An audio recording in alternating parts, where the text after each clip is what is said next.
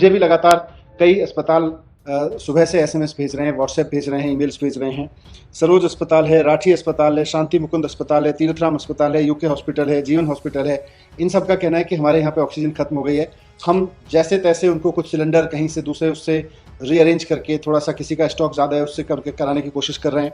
वो हमने कराया है, लेकिन इंटरनल अरेंजमेंट तो सिर्फ और सिर्फ बहुत मेकशिफ्ट अरेंजमेंट 2-3 घंटे के लिए हो सकता है, उससे ज़्यादा हो नहीं सकता। दिल्ली के सरकारी अस्पताल और बड़े प्राइवेट अस्पताल हैं, उसमें भी ऑक्सीजन अगेन कहीं 4 घंटे की है, कहीं 2.5 घंटे की है, कहीं 18 से 20 घंटे की है, कहीं किसी में 24 घंटे या 11 घंटे की है, बाकी सब में तो 4-6 घंटे, 10 घंटे, 8-10 घंटे की ऑक्सीजन बची हुई है। कुछ राज्य, और मैं नाम लेके स्पेसिफिक बोलूँ तो हरियाणा और उत्तर प्रदेश की सरकारें इस तरह का व्यवहार क्यों कर रही हैं जैसे कि हरियाणा और दिल्ली और उत्तर प्रदेश का आपस में झगड़ा है। ये समय, जैसा मुख्यमंत्री जी ने भी कहा, आपस में झगड़ने का नहीं है, पूरे देश को इकट्ठे होकर लड़ने का है। अब हरियाणा, परसों जब मैंने प्रेस कॉन्फ्रेंस की थी उस वक्त ये था कि उत्तर प्रदेश में मोदी नगर में उत्तर प्रदेश पुलिस और उत्तर प्रदेश के अधिकारियों ने वहां से डिलीवरी नहीं आने दी। कल उत्तर प्रदेश से सुचारू सिस्टम चला तो हरियाणा के अधिकारी वहां के प्लांट्स में जाके बैठ गए, उन्होंने वहां से नहीं जाने दी। हरियाणा के पानीपत के ऑक्सीजन के प्लांट से, जो एयर लिक्विड का प्लांट है, वहां से रात को 3 बजे तक ऑक्सीजन नहीं निकलने दी दिल्ली की, 12 बजे तक, और जब जाके 12 बजे वो अधिकारी हटे उसके बाद में निकली है। अगर केंद्र सरकार द्वारा कल बढ़ाए गए कोटे को छोड़ भी दें तो कल तक 378 मीट्रिक टन दिल्ली सरकार का कोटा था।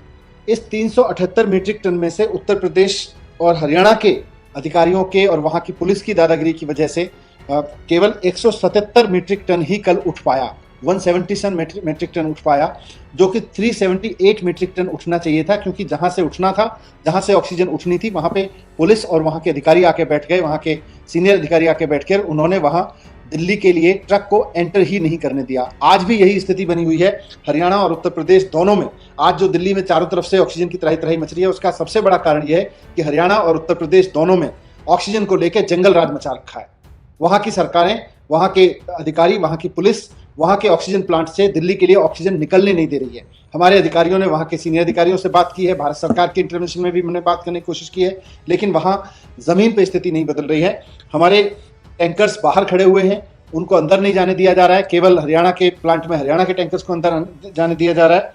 मेरी केंद्र सरकार से हाथ जोड़ के गुजारिश है कि इस समय जिस दरिया दिल्ली से, और जो बहुत व्यवहारिक समझ के साथ में आपने दिल्ली का कोटा बढ़ाया था हमारी रिक्वेस्ट पे, उतने कोटे की ऑक्सीजन हमको मिल सके, इसलिए आपसे रिक्वेस्ट है कि आप इसमें भी इंटरवीन करें कि हरियाणा या उत्तर प्रदेश की जो सरकारें या वहाँ की जो पुलिस है, वहाँ के एडमिनिस्ट्रेटिव अधिकारी हैं जो ट्रक्स को नहीं घुसने दे रहे हैं, इसमें भी आपको इंटरवीन करना पड़ेगा। उसके बिना हो नहीं पाएगा। नहीं तो इस वक्त जो त्राही त्राही दिल्ली के अस्पतालों में मची हुई है, थोड़ी देर में या कुछ समय बाद उसमें लोगों को बचाना मुश्किल हो जाएगा। हॉस्पिटल्स के लिए भी, हॉस्पिटल्स भी कहाँ तक मेकशिफ्ट अरेंजमेंट से काम चलाएंगे, या सरकार भी आपस में मेकशिफ्ट अरेंजमेंट करके कहाँ से काम चलाएगी, अगर हरियाणा और उत्तर प्रदेश के प्लांट से ऑक्सीजन उठने ही नहीं दी जाएगी। तो ये मेरा रिक्वेस्ट है कुल मिला के आपसे। अब क्योंकि पुलिस वहाँ की इस्तेमाल हो रही है दूसरे दिल्ली को ऑक्सीजन रोकने में, तो केंद्र सरकार से मेरा रिक्वेस्ट है कि भले ही आपको पैरामिलिट्री फोर्सेज लगानी पड़े, भले ही आपको ऑक्सीजन टैंकर के साथ में पैरामिलिट्री फोर्सेज लगा के उन प्लांट्स में ऑक्सीजन भरवानी पड़े, लेकिन ये आपको इंटरवीन करना पड़ेगा, वरना बहुत मुश्किल हो जाएगा संभालना। और ऑक्सीजन को लेके जो जंगल राज पिछले 3 दिन से चल रहा है वो और आगे बढ़ेगा और स्थिति बहुत भयानक हो सकती है।